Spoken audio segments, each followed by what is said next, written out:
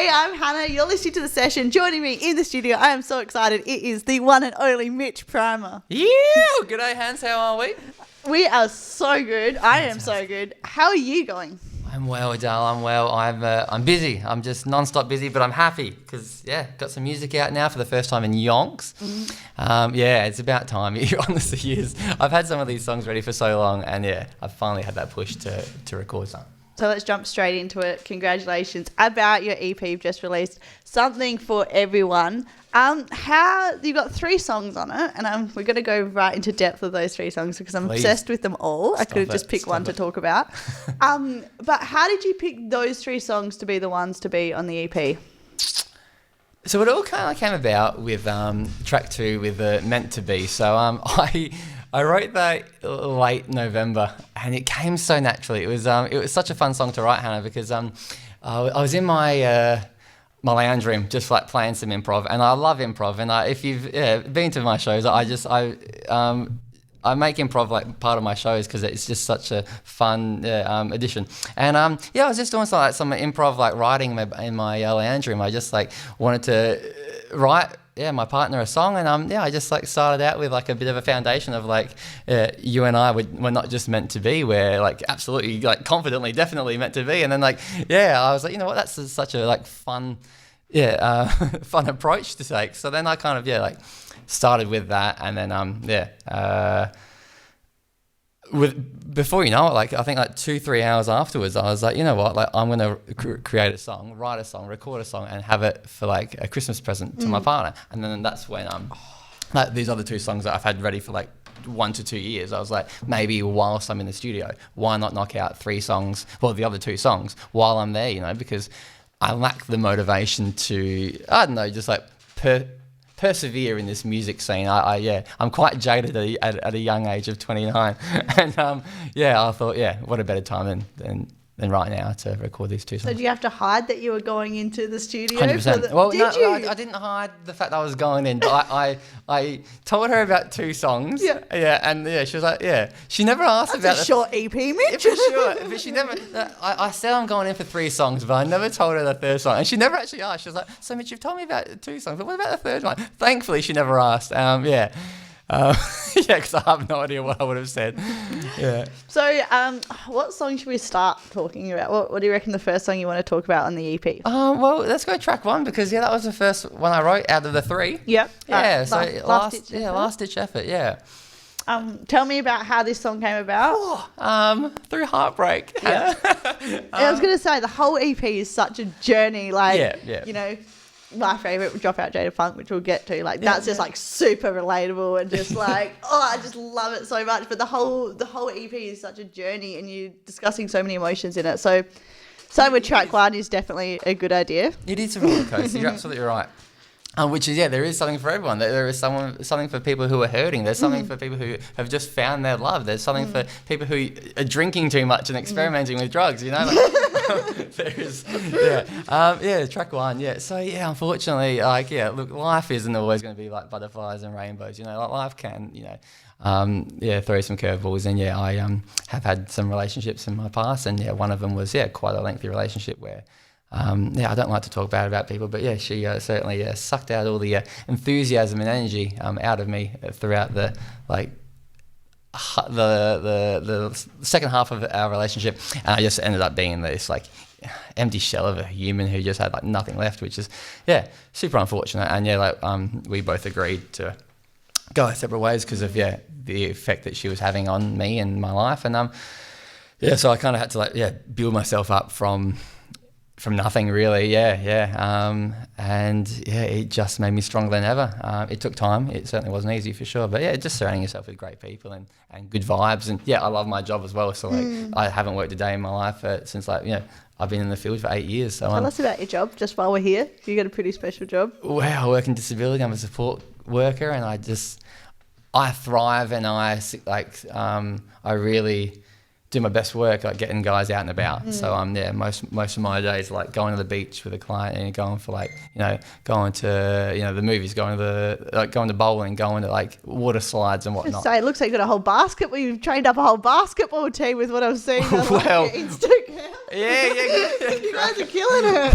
When we're short on players, I will call up my Down syndrome friends, get them out. So I absolutely love my job. So that obviously helps. Enjoying what you do for work is so vital to a good mental health for sure, a healthy mental health. I wrote that song as therapy, and that song alone is a journey from there.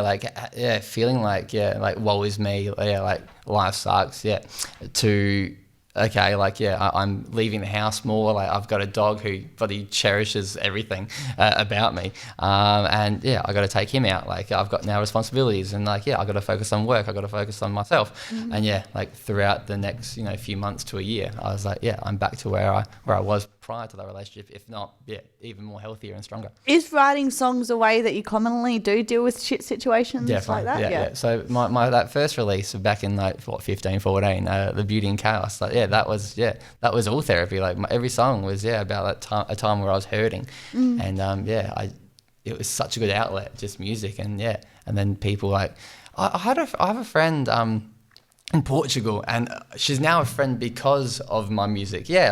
She hit me up in 2015. She was like, do you know the song Dear Pat? Yeah. I know all your songs. Stop it right now. She hit me up like, hey, look, my name's Ines from, I think she was living in France. Oh, no, she wasn't.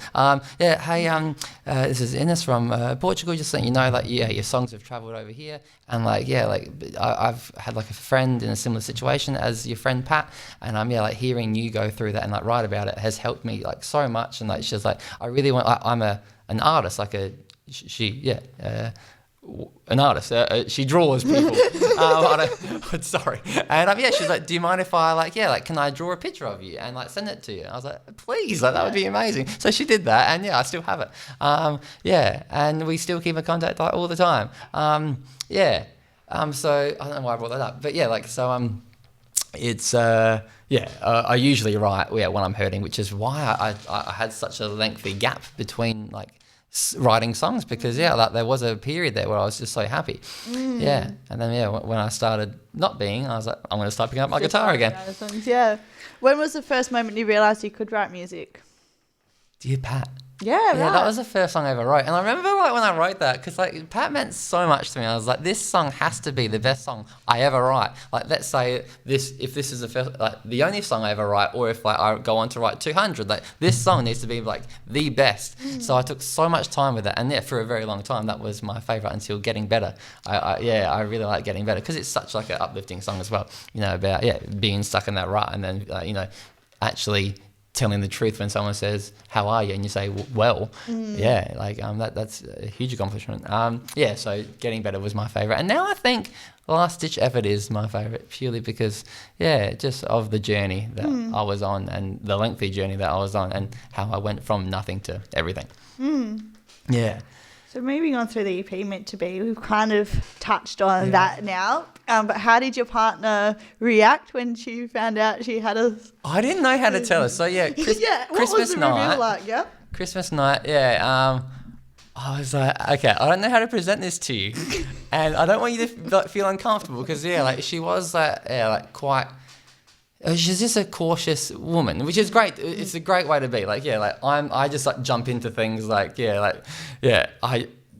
first. I don't really think or am cautious, and that's why I get hurt all the time, because I'm just never cautious. So the way that her approach is commendable for sure. So I thought she'd be very uncomfortable. So I was like, hey, look, just so that you know, I have written 3 songs, and I've told you about 2 of them. I haven't told you about the other one because it's for you. And then she was like, oh, okay. And I was like, but don't panic, because it's not like a, I love you, Rish, I love you, Rish, I love you, Rish, you're the bee's knees, you're my world. It's like a, upbeat, fun, catchy song. I don't mention that I love you. I don't mention your name, so you can break up with me, and I'll pretend it's about someone else.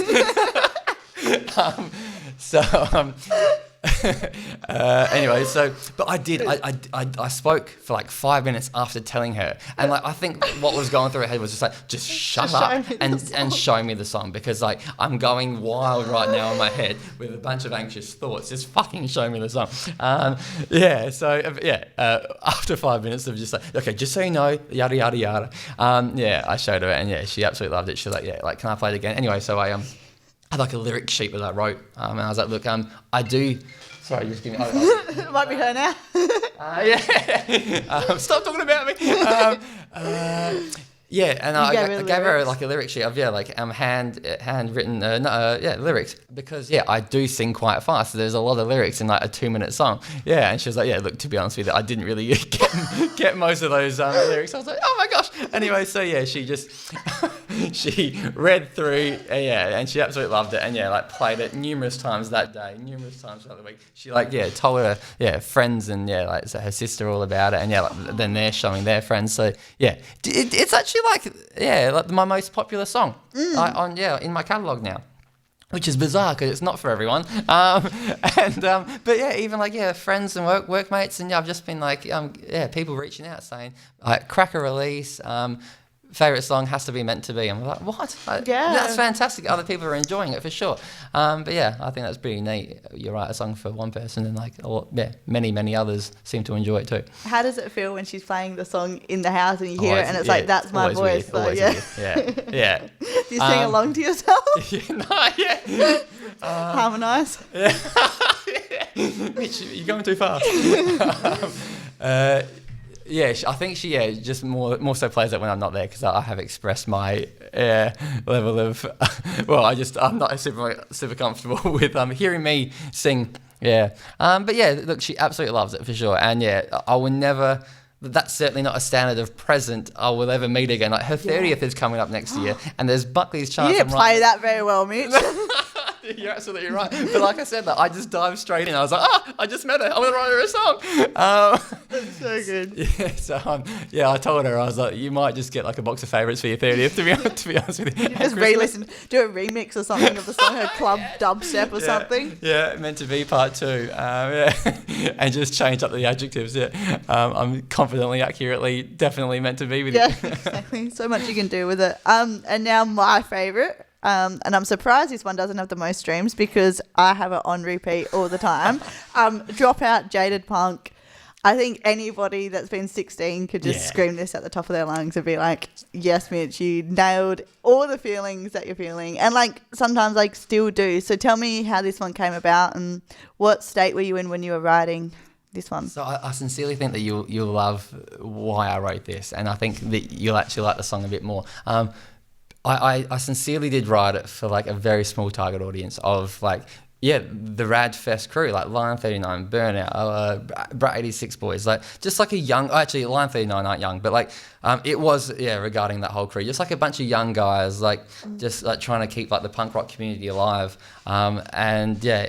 I just like the whole time writing it, I just had like that whole crew just like in my head, just being like what would they love? So I purposely wrote a song that hopefully that little crew would love, and I played it at the Gov, and with Will, and I got so many messages from randos, like because I don't know if you remember, like I stopped halfway through the song and I told the story of like when I was a young hooligan, and I was walking the streets and stealing leather boxes, and then I don't want to continue the story, but I I remember. Okay, I ended up dating the woman whose leather box I stole, I shared that story, and then continued playing that song, and then a bunch of random people like would like reach out to me online. And even like throughout that night after playing, just being like, oh my gosh, like, that was a great set, but like you can't go past that song about Dropout, Jaded Punk, about you stealing leather boxes. That was brilliant. And I was like, I was so hesitant to play that song there because like, it is that small target audience. So like when I showed it to my partner, I was like, look, you probably won't like this. Like it's about, like drinking and drugs. And like, like it was about a time in my life that is like, a decade ago. But I do want this to this to go out to the world, because there are like 16, 17-year-old kids out there who want to be like these little punk rock stars like I wanted to be. This will be their anthem, like it would have been mine if I was that age. So honestly, I wrote it for like pretty much for Billy and Co. Definitely. And what was going through, so I kind of just thought about, because I was a bit of a shit dude. And I really was. Like, until like 19, at 19, I realised I'm going down a pretty dark path here. If I continue it, I think there's like, you're going to be too far gone. So I, approached Mum. I was like, I don't know what to do. And she was like, look, do this Camp America thing. Like, leave all your unhealthy friends behind. And that's when, I got approached by a camp for adults and children with disabilities, and I was like, Mum, like, I don't think I can do this. I'm very immature. Like, this is like, I need some life experience. And she's like, no, this is how you gain the life experience. It's just like, how mature to say, I think I'm immature. Like, that's just like, what? Yeah. What's that called? Just aware that I'm a piece of shit. That's not what I'm saying, Mitch. That's what I was thinking. I was like, look, I think I'm going to have to do this. Like, I think this is the leap that I need. So I took that leap, and within like 3 days of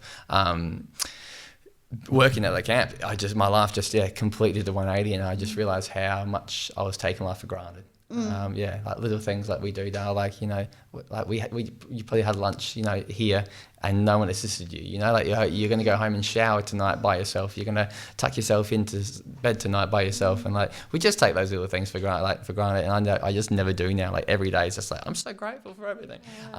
So I'm so grateful for that opportunity, because that just completely changed my life, and that's when I wanted to come back here and continue doing that work. So back to that song. Like, I like the tangents I go on to. I love them more. And so that I just like really went back to that time, time before I am now proud of who I am. Where I experimented with like silly drugs when I was 18, and like my sister shit the bed. Sure. I shit my pants in town. That was So I was about to go to that. About like my sister being like 2.5 years older, and like being 18, you're very easily influenced, So like having like an older sister just be like, just put this under your tongue and just wait for it to dissolve, you'll be fine. What's gonna happen, Jazz? I don't know. Just enjoy. And then next thing you know, you're walking from club to club shitting yourself. So thanks, Jazz. Thanks so much. Look, great story to tell, and now it's in the song, which is super fun. More fans in Portugal will listen to it and be like, Rich, I get that. So apart from everything, my favourite thing about this EP was like your live performance energy, I feel like was matched in your recording, which is like something that I think a lot of artists can't do, because live performances, you just get all that adrenaline and stuff as well.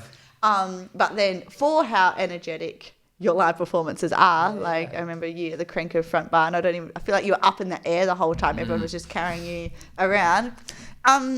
How did you put all of that energy into the songs, or was it natural, or did you have to? That's a great question, and I wouldn't think it would have come across that way, and I'm so stoked you said it, because like I said to you before we recorded, like I was like sitting down on a chair, and it's so hard to manifest like all of these like emotions and like energy while you're on a stool, like the way that I express all my energy is to be so animated, walking around the stage and like dance while if I'm not singing, I'm like walking around like doing a weird dance, I think that's where my energy comes from. So I'm actually super stoked and relieved to hear that you say that it came across that way.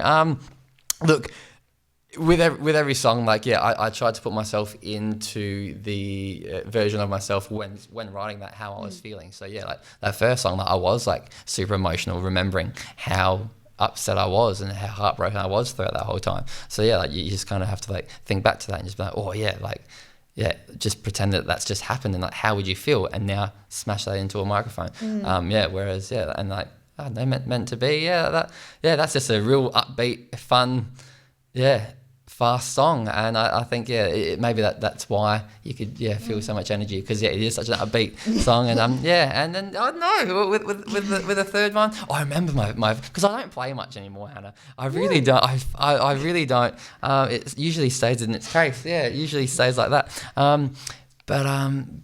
Like leading up to it, because it was just like such a spare of the moment. Like, I remember like when I like wrote Meant to Be in a Night, I was like, okay, I now have to like record, mix, master it, not myself, but someone else has to, and release it before Christmas. So I got to go onto this. So then I was like practicing all my old songs again, and my fingers were killing before the day even. Your calluses on the. Well, they haven't formed yet, Hannah. So they're still soft. To be continued. They're now soft again because I haven't played since.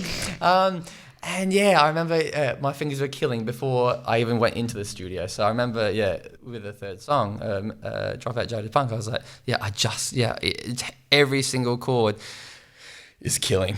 But I really do appreciate that, Hannah. I was surprised when you said you were sitting down, because I had this image in my head that you and Billy were dancing around the studios and stuff like that. And that's how I would prefer it for sure. I'm not one to question a professional's approach, especially because I have no idea what I'm doing. So like, if it's like sit down, I just like, yes sir. Yes sir. Yeah, whatever you want. So Mitch, where are you at inspiration wise at the moment? Like, you're in a very happy relationship, so you can't write breakup songs. Yeah. Can we get some new? Is there going to be some new music? Like, are you writing? Realistically, no. They really are. We shouldn't ask this question. Look, I do have one song that two songs that I haven't released yet.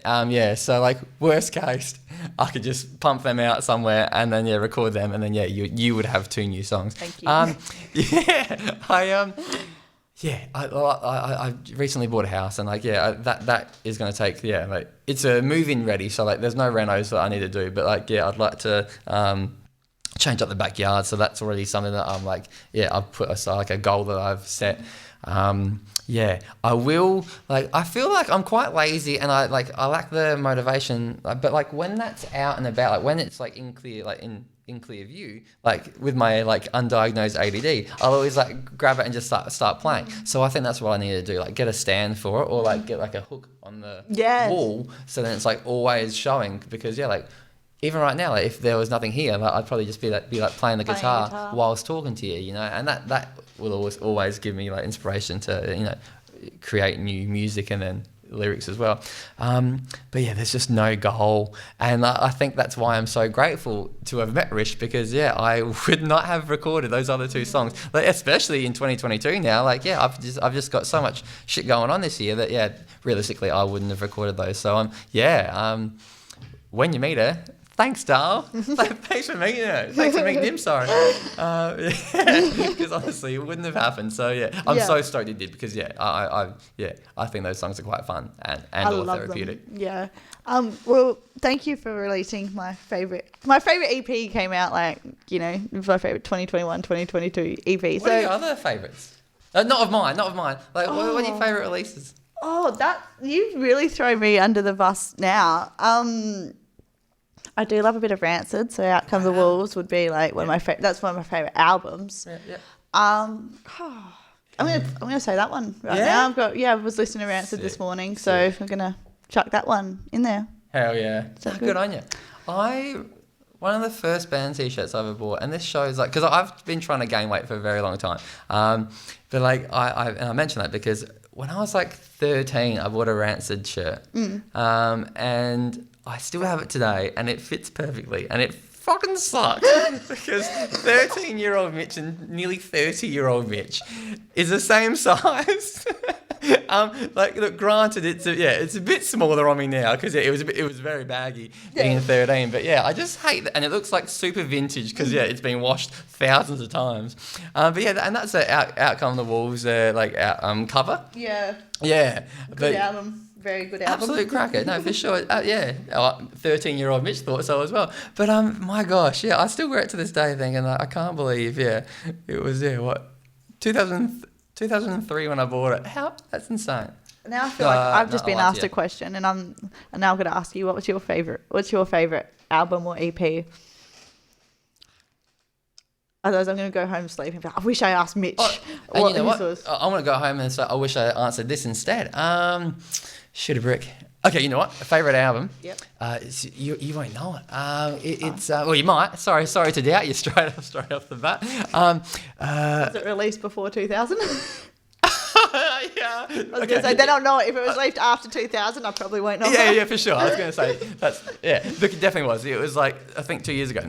The artist is called Aaron West and the Roaring Twenties. It's a side project of Dan Campbell, who is the lead singer of the Wonder Years, like a pop punk group in the States. But his side project is, his character called Aaron. Mm. And like every song is... he's like written this like story about this Aaron West, and like it just follows his like the worst year of his life, and then like finding his feet again. So like the first album is like super depressing, but that's also life. Like people just go through that like a hard time. And he sung about that, and then like there was an EP throughout like between those two. But then my favorite release is Routine Maintenance is the album, and I it's just so good because like it's just so emotional. I love the name as well, Routine Maintenance. That's such a cool name. And it is such an emotional but powerful like you've just persevered like through like the hardest year of your life, and you've getting your life back on track. Like you've got a job, like you've got like a place to stay with some like awesome room like housemates, and like he's just very detailed, very Smith Street like stained mattresses, like they just like put these like visuals like in your head like while they sing, and like it is just so specific, and it's such a powerful album, but it's also very folky. So it's no Rancid or no effects, but my gosh, it's amazing. So unfortunately, that would be it. But you can't contribute much to that because you have no idea. Okay. I had a T-shirt like that when I was 13. Yes, fantastic. All right, Mitch, you're going to play a song, so I am going to wrap this up now so I can hear you play and get my own little personal concert. But thank you so much for coming in. You're the best, and thanks for releasing sick music. Thank you for having me, but also thank you for doing what you do with other bands as well. Like I watch your sessions, and you do a great job. It's a real hard job, mate. I mean, getting to chat to my favourite bands. A lot of machines here though. There's a lot of responsibility. But no, honestly, but you're giving people exposure, and that's what bands need for sure. I don't. I'm done. No, you're not. No, you're not. This is if anything, this is more. Mitch is doing a national tour later this year. We'll keep you posted. Retirement interview. It is not a retirement interview. Thank you, Mitch. Stop talking all that nonsense. Thank you, World, for having me. Shut up. See ya.